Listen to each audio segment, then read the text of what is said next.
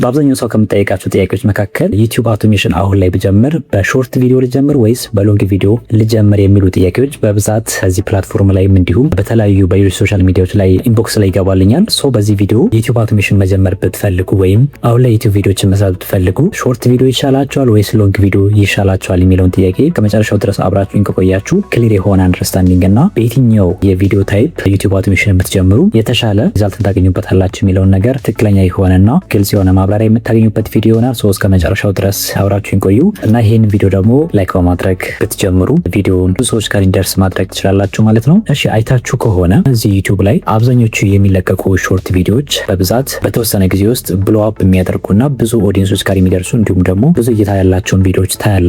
ከዛ በተቃራኒ ደግሞ ሎንግ ቪዲዮዎችን የተሰሩ ቪዲዮዎችን ደግሞ ስታዩ ከሾርት ቪዲዮዎች አንጻር ስታዩቸው እይታቸው ትንሽ ዝቅ ያለ እይታ ያላቸው ቪዲዮዎችን ነው የምታገኙት ማለት ነው። አክቹአሊ ይሄ ሾርት ቪዲዮዎች ብዙ እይታ ማግኘታቸው ጥሩ ሳይዱ እንዳለ ሆኖ መጥፎ ሳይዱ ይበዛል ማለት ነው። አስባችሁታል?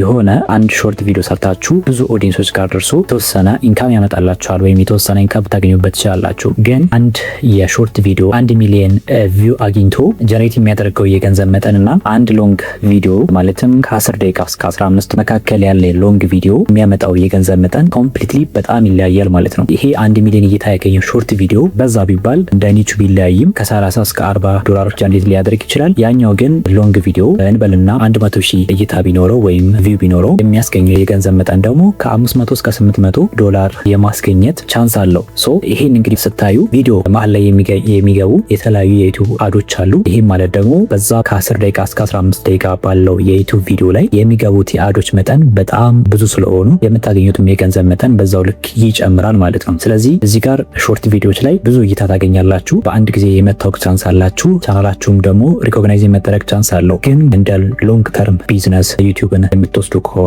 ሎንግ ቪዲዮዎች ላይ ሞር ታይማችሁን ጊዜያችሁን ኢንቨስት ብታደርጉ ምናልባትም አሁን ላይ የለቀቃችሁት ቪዲዮአችሁ ከዛሬ ከአመት ከ3 ዓመት በኋላ እንደገና ሰርች ተደርጎ የመታየት ቻንሱ በጣም ከፍተኛ ይሆናል ማለት ነው። ነገር ግን እዚህ ሾርት ቪዲዮዎች ላይ ስትመጡ ግን ቪዲዮአችሁ አንዴ ይታያል፣ ከዛ በኋላ በዛው ተደብቆ ይቀራል ማለት ነው እና ሎንግ ቪዲዮዎችን በምትሰሩበት ሰዓት ግን ረጅም ጊዜ መታየት እናንተም ደግሞ ተኝታችሁ ገንዘብ ጀነሬት የሚያደርግበት መጠን ደግሞ በዛ ልክ እየጨመረ ይሄዳል ማለት ነው እና ይህን እንዴት አድርጋችሁ መስራት ትችላላችሁ? ሾርት ቪዲዮ ማለት ልክ እንደ አበባ ነው። የሆነ ጊዜ በደንብ ያብባል፣ በደንብ እይታ ያገኛል፣ በደንብ ቪው አለው፣ ብዙ ሰዎች ጋር ቻናላችሁን ያስተዋውቅላችኋል። ግን ከተወሰነ ጊዜ በኋላ በጣም በአጭር ጊዜ ውስጥ ይጠፋል ማለት ነው ወይም ትሬንድ ሆኖ ይቀራል። ነገር ግን ሎንግ ቪዲዮዎችን ደግሞ ስትወስዱ እንደ ፍራፍሬ ህይወት ወይም አንድ ዛፍ ተክላችሁ ተንከባክባችሁ የተወሰነ አመት የተወሰነ ወራቶችን ጠብቆ እንደሚበቅለው ዛፍ አድርጋችሁ አስቡት። ስለዚህ ረጅም ቪዲዮዎች እንደዛ አይነት ኮንሰፕት እንዳላችሁ አውቃችሁ የረጅም ጊዜ ቢዝነስ አድርጋችሁ ዩቲዩብን መያዝ የምትፈልጉ ከሆነ ሎንግ ቪዲዮዎችን ብትሰሩ የተሻለ ነው ማለት ነው። ይህንን ካየን በኋላ እኔ የምጠቀምበትና የሰራልኝን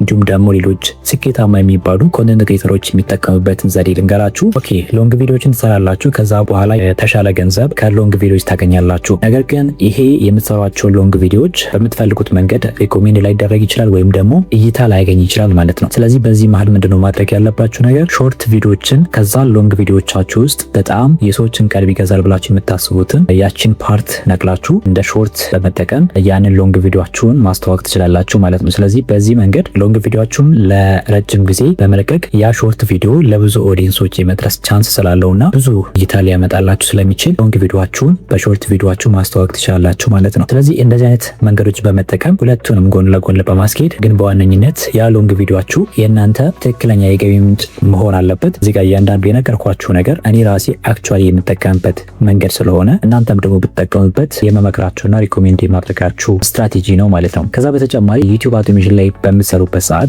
ማድረግ ያሉባችሁና ማድረግ የሌሉባችሁ ነገሮች አሉ። ስፔሻሊ አሁን ባለንበት ሰዓት ማለት ነው። ዩቲዩብ አውቶሜሽንን ስትሰሩ ከዚህ በፊትም ለብዙ ሰዎች የምነግረው ስትራቴጂ ስለሆነ እናንተም እዚህ ጋር የምነግራችሁን ዘዴ ብትጠቀሙ በፍጥነት የማደግ ቻንሳችሁን ይጨምርላችኋል። እና ማድረግ ያለባችሁ ነገር ምንድነው? ዩቲዩብ አውቶሜሽን አንዴ ሀብላችሁ ከመጀመራችሁ በፊት ከ5 እስከ 6 ያሉ ቪዲዮዎችን በመረጣችሁት ኒሽ ላይ መጀመሪያ ቀድማችሁ አዘጋጁ። እነዛን ቪዲዮዎች አንዴ ካዘጋጃችሁ በኋላ ሀብላችሁ አፕሎድ ከማድረጋችሁ በፊት በእነዛ ቪዲዮዎች ላይ ኮምፈርተብል ከሆናችሁና የእናንተን የኤዲቲንግ ስታይላችሁን ከመረጣችሁ በኋላ ቻናላችሁ ላይ አፕሎድ ማድረግ ትችላላችሁ ማለት ነው። ምክንያቱም ዩቲዩብ ላይ ስፔሻሊ ዩቲዩብ አውቶሜሽን ላይ ብዙ ቪዲዮዎችን መልቀቅ ይኖርባቸዋል። ቢያንስ በሳምንት 3 ቪዲዮ ወይም 4 ቪዲዮዎችን መልቀቅ ይኖርባቸዋል። ያ ደግሞ አሁን መጀመሪያ ላይ ቀድማችሁ ያዘጋጃችኋቸውም 5 እና 6 ቪዲዮዎች የበለጠ የተሻለ የጊዜ ነጻነት ሪሰርቾችን ለመስራት የትኞቹ የቪዲዮ ታይፖች የበለጠ ኦዲየንስ ይፈልጋቸዋል የሚለውን ነገር ሪሰርች ለማድረግም ስለሚጠቅማችሁ ይህን ስትራቴጂ ቢጠቀሙ የተሻለ በዩቲዩብ አውቶሜሽን ላይ ጥሩ እይታ ጥሩ ተከፋይ መሆን የምትችሉበትን መንገድ ትፈጥራላችሁ ማለት ነው።